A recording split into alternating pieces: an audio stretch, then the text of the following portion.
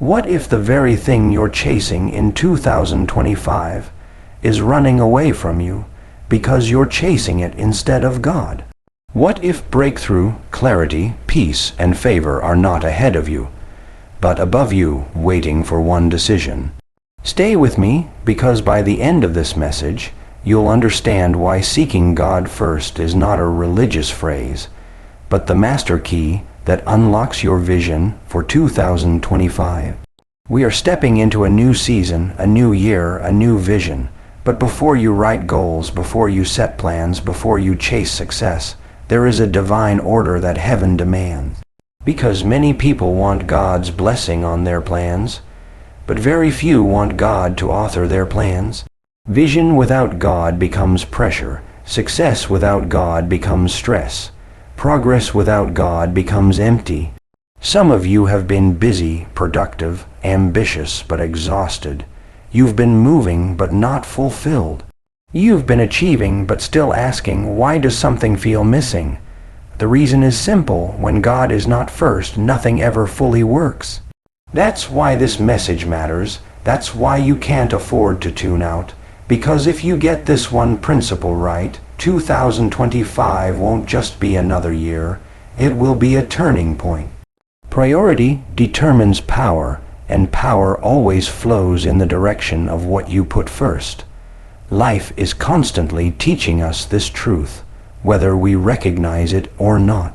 What you place at the top of your life quietly governs everything beneath it. Your emotions respond to it, your decisions bow to it, your energy serves it. That is why seeking God first is not a suggestion, it is a spiritual law. God does not fight for space in a crowded schedule, He waits to see if He has position. Heaven responds to order, and when divine order is restored, divine power is released.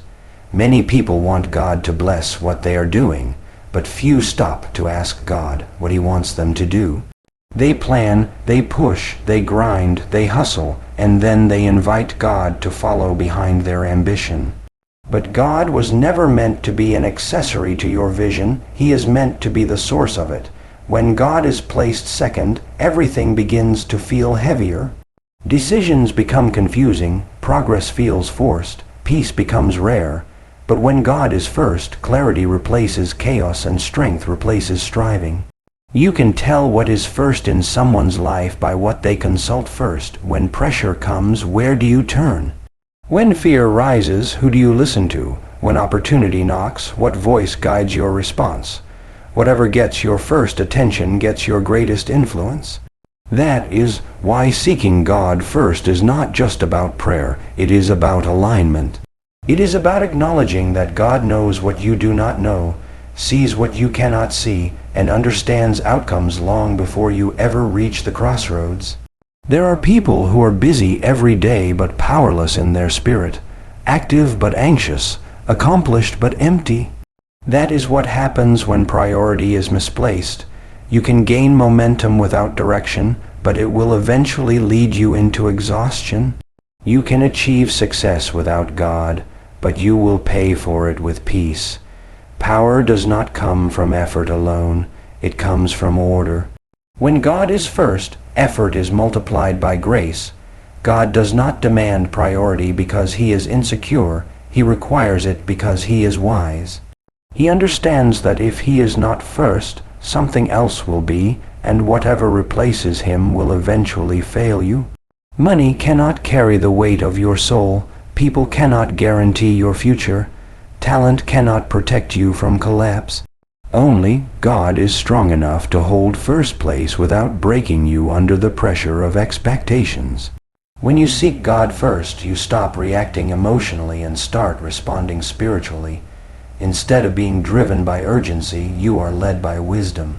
Instead of rushing into doors, you wait for the right ones to open. Instead of forcing outcomes, you trust timing. That is where power lies, not in noise, not in panic, not in speed, but in alignment. Priority is proven in private long before it is seen in public. It is shown in the quiet choices no one applauds. It is revealed in what you do before the day demands anything from you. When God receives your first moments, He strengthens your remaining hours. When He receives your first thoughts, He guards your remaining decisions. When He receives your first trust, He carries what you cannot control. Some people say they will put God first after things settle down, but life rarely settles down. There will always be another deadline, another bill, another responsibility. That is why priority must be intentional, not conditional. God is not first when everything is easy. He is first when everything is demanding. That is when faith is proven, and that is when power is released. When God is first, fear loses authority. Anxiety no longer dictates your choices. You stop being controlled by what might happen and start being anchored in who God is. Power is not the absence of trouble, it is confidence in the presence of God. That confidence grows when God is not just included, but enthroned. There is a difference between knowing God is important and living as if God is first. Importance is verbal, priority is practical. Priority shows up in obedience. It shows up when God's instruction conflicts with your preference and you choose His way anyway. It shows up when waiting feels uncomfortable but you trust Him enough to pause. That is where spiritual authority is formed. When God is first, even delays work in your favor. What looks like a setback becomes protection. What feels like silence becomes preparation. Power is not always loud. Sometimes it is quiet restraint. Sometimes the most powerful thing God does is stop you from moving too soon. People often chase power through position, influence, or recognition, but true power flows from surrender. When you surrender first place to God, you gain access to strength that does not come from yourself. You begin to walk with a confidence that is not rooted in circumstances. You face challenges without losing your center. You endure pressure without losing your joy. Seeking God first realigns your inner world before it rearranges your outer world. It stabilizes you so that success does not destroy you and failure does not define you. It teaches you that power is not about control, it is about trust. The more you trust God with first place, the less you feel the need to control everything else. God does not bless disorder. He blesses alignment. When God is first, relationships improve because expectations are healthier. Work improves because motives are purer. Vision improves because perspective is higher. You stop living horizontally and start living vertically, drawing strength from heaven instead of approval from people. When God is first, you stop chasing validation. You are no longer desperate to be seen because you know you are known. You are no longer driven by comparison because you are secure in calling. That inner security is power. It allows you to say no without guilt and yes without fear. The enemy's strategy has always been to shift priority. If he cannot remove God, he will attempt to reduce Him, not deny Him, but delay Him, not reject Him, but replace Him with busyness. That is why seeking God first is an act of spiritual warfare. Every time you choose God before convenience, you weaken the influence of distraction. Power flows when heaven knows it can trust you with influence, and heaven only trusts those who keep God first. When God is first, you become dependable in the Spirit. You are not easily shaken. You are not easily swayed. You are not easily distracted. Your life gains weight in the spiritual realm. Seeking God first is not about perfection. It is about position.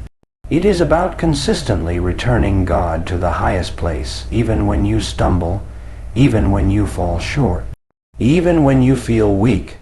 Power does not come from never failing. It comes from never replacing God with something else.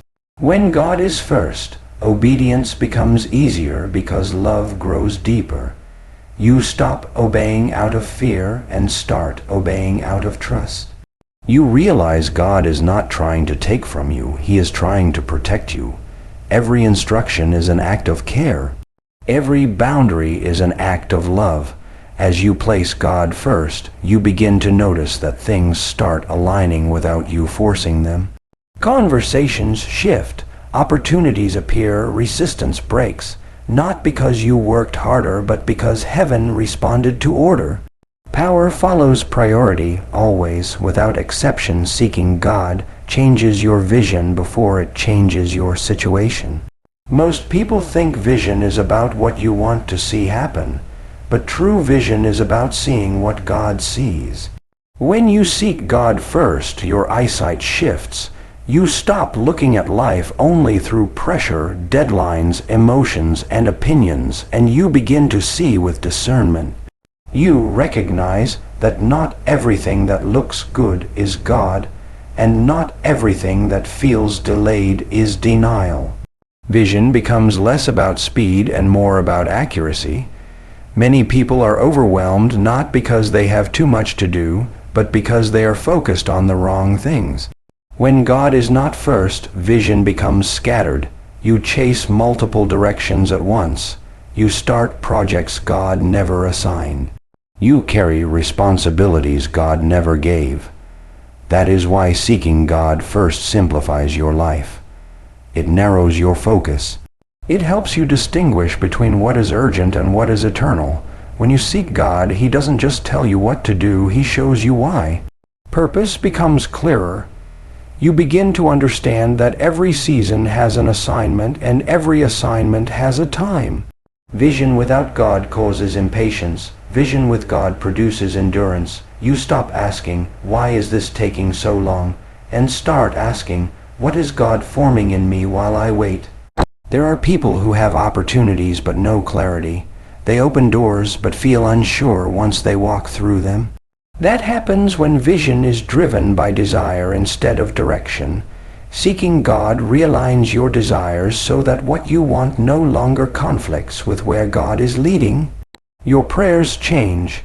Instead of asking God to bless your plans, you begin asking Him to reveal His will. God rarely reveals everything at once. Vision unfolds progressively. He gives enough light for the next step, not the whole staircase. That requires trust. When you seek God first, you learn to walk by faith instead of by full understanding. You move forward without panic. You take steps without needing constant reassurance. Vision becomes steady instead of stressful. Seeking God sharpens your spiritual perception. You begin to sense when something is off, even if it looks right on the surface. You feel restraint where you once felt excitement. You feel peace where you once felt pressure. That is vision maturing. God teaches you that peace is a greater confirmation than applause. Some people are frustrated because their vision keeps failing, but the issue is not their ability, it is their alignment. When vision is born out of prayer, it carries grace. When it is born out of comparison, it carries strain. Seeking God first removes the need to compete. You stop building your life based on what others are doing and start building according to what God has spoken to you. Vision also determines interpretation. Two people can face the same obstacle and see completely different outcomes. One sees a wall, the other sees preparation. Seeking God trains you to interpret challenges correctly. You stop seeing opposition as rejection and start seeing it as confirmation that what you are pursuing matters. God does not guide distracted hearts. When you seek Him intentionally, your mind quiets, your emotions settle. You stop making decisions from anxiety. Vision becomes less emotional and more spiritual. You respond instead of react. You wait instead of rush. You listen instead of assume. When God is first, vision is protected from pride. You remember that the vision is not about building your name, but revealing His glory. That keeps you humble when things go well and stable when things go wrong. Pride distorts vision, humility sharpens it. Seeking God first keeps your heart in the right posture. Some people are constantly changing direction because they lack vision. Every new trend pulls them. Every new voice influences them. Seeking God anchors you. You become rooted instead of reactive. You stop chasing motivation and start walking in conviction. Conviction carries you when feelings fade. Vision without God often focuses only on outcomes. Vision with God values process. You understand that who you are becoming matters as much as what you are achieving. God shapes character before he expands capacity. Seeking him first ensures that growth happens in the right order. God also uses vision to protect you from shortcuts. Shortcuts may get you there faster, but they cost you more in the long run. When you seek God, he reveals not just where to go, but how to get there. Integrity becomes part of the vision. Patience becomes part of the vision. Obedience becomes part of the vision. Vision clarifies identity. When you seek God, you stop trying to be everything to everyone. You learn who you are called to serve and who you are not. That clarity frees you from people pleasing. You no longer measure success by approval, but by obedience. Some people confuse vision with ambition. Ambition says, I must prove myself. Vision says, I must obey God. Ambition drains you. Vision sustains you. Seeking God first transforms ambition into assignment. You move with purpose instead of pressure. Vision also affects timing. God's timing is rarely rushed, but it is never late. When you seek him, you learn to respect seasons. You understand that preparation seasons are not wasted seasons. Hidden seasons are not forgotten seasons. Vision matures in obscurity before it manifests publicly. Seeking God trains you to recognize divine interruptions. Sometimes God disrupts your plans to redirect your vision. What feels like a delay is actually a detour of mercy. Vision helps you trust God even when the path changes unexpectedly. God often speaks through alignment rather than explanation. Things begin to line up without you forcing them. Resources come together. Conversations open doors. Favor appears naturally. Vision becomes clearer as you walk in obedience, not before. When God is first, vision brings peace instead of pressure. You are no longer frantic about missing out. You know that what God has for you will not pass you by. That confidence allows you to rest while you work and trust while you build. Vision also shapes endurance. When challenges arise, you don't quit easily because you know why you started. Seeking God anchors vision in eternal purpose.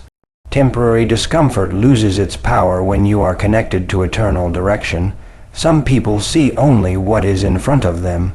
Vision allows you to see beyond the moment. Seeking God lifts your perspective. You stop living reaction to reaction and start living with intention. You become proactive instead of defensive. Vision affects how you speak. Your words shift from doubt to faith, from fear to expectation, from complaint to gratitude. What you see determines what you say. Seeking God renews your mind, and renewed minds speak differently. Vision also guards you against burnout. When you know what God has called you to do, you stop exhausting yourself with unnecessary battles. You conserve your energy for what matters. You understand that saying no is sometimes obedience. God's vision is always bigger than your comfort zone, but it is never bigger than his grace. Seeking him first assures you that whatever he shows you, he will also sustain you through. You move forward with confidence, not because you know everything, but because you trust the one who does. Vision becomes clearer the closer you walk with God.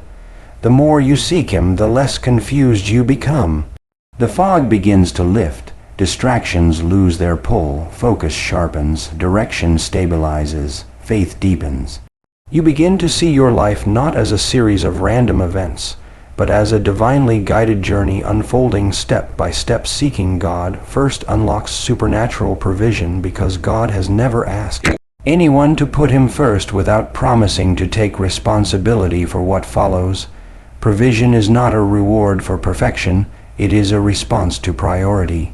When God is first, heaven takes notice, not because God is impressed, but because order has been restored. And where order exists, supply flows naturally. Most people struggle not because God is unwilling to provide, but because they are trying to carry what God never intended them to carry alone. Many people live under constant pressure because they believe everything depends on them, their effort, their planning, their strength, their connections. That belief produces anxiety, but when you seek God first, you are making a declaration that your life is not self-sustained. You acknowledge that there is a higher source, a greater provider, a faithful keeper. That shift releases peace because you are no longer acting as your own savior. Supernatural provision does not always look like sudden wealth or instant solutions. Often it looks like perfect timing. The right conversation at the right moment, protection you never saw, strength that shows up when you should be exhausted. Resources arriving just when you need them. Seeking God first aligns you with divine timing, and timing is a form of provision. God knows what you need before you recognize the need yourself. He sees the future clearly while you see it in fragments. When you put Him first, you allow Him to prepare provision ahead of you. That means when you arrive at a challenge, provision is already waiting. What surprises you does not surprise God. What overwhelms you does not overwhelm heaven. Many people confuse provision with abundance, but biblical provision begins with sufficiency. Enough strength for today, enough wisdom for this decision, enough grace for this season. Seeking God first trains you to trust daily provision instead of demanding lifetime supply all at once. That trust builds intimacy. It keeps you dependent, not desperate. When God is first, you stop chasing provision and start attracting it. Desperation repels peace. Trust invites favor. You no longer manipulate outcomes or force opportunities. You wait with confidence. You move with discernment. You recognize that what comes from God does not require anxiety to maintain. Provision also follows obedience. When God directs you to step where logic resists, provision often meets you in motion. Many miracles happen after the step, not before it. Seeking God first gives you the courage to obey without seeing the full plan. Obedience activates supply because it positions you where God can sustain you. Some people struggle financially, emotionally, or spiritually because they are living outside divine alignment. They are gifted but disconnected, talented but restless, skilled but stressed. Seeking God first reconnects you to the source. A branch does not strain to produce fruit, it simply stays connected. Provision flows naturally through connection. God's provision often comes disguised as instruction. He tells you to rest when you want to push. He tells you to give when you want to store. He tells you to wait when you want to rush. Each instruction is designed to protect your future. Seeking God first helps you recognize that instruction itself is provision. When God is first, fear loses its grip over your finances, your future, and your family. You stop living with a scarcity mindset. You stop assuming the worst. You trust that God can multiply what you place in His hands. Scarcity thinking shrinks vision. Kingdom thinking expands it. Supernatural provision also includes protection from loss. Sometimes God provides not by adding, but by preventing. Preventing wrong partnerships, preventing bad decisions, preventing emotional burnout. You may never see what He saved you from, but seeking Him first places you under divine covering. Many people work harder than necessary because they are trying to secure what only God can sustain. Effort without God produces exhaustion. Effort with God produces fruit. Seeking God first does not eliminate work, it redeems it. Your labor becomes effective instead of draining. God does not promise to make you rich in the world's definition, but He promises to supply every need according to His riches. His provision is comprehensive. It covers peace, wisdom, strength, clarity, direction. Some of the greatest provisions are invisible but essential. When God is first, you stop measuring provision by comparison. You are no longer disturbed by what others have because you trust what God is doing in your life. Comparison creates dissatisfaction. Trust produces contentment. Contentment is a form of wealth many never experience. Provision is also seasonal. What you need in one season is not what you need in another. Seeking God keeps you sensitive to seasons. You learn when to store and when to sow, when to move and when to remain, when to speak and when to be silent. That discernment preserves resources and protects peace. God often tests priority through provision. He watches what you do when resources are limited. Do you panic or pray? Do you hoard or trust? Do you compromise or obey? These moments shape your capacity. When you prove faithful in lack, God increases responsibility in abundance. Seeking God first also releases generosity. You become a channel, not a container. You understand that provision flows through you, not just to you. Giving becomes an act of faith, not fear. And God entrusts more to those who do not cling tightly to what they receive. Provision includes relationships. God brings the right people into your life at the right time. Mentors, helpers, encouragers, partners. When you seek God first, you stop forcing connections and allow divine alignment. The right relationships multiply strength and minimize struggle. Many people pray for open doors but ignore divine order. God opens doors for those who trust His process. Seeking Him first ensures that when doors open, you are ready to walk through them. Readiness is a form of provision. Preparation is provision in advance.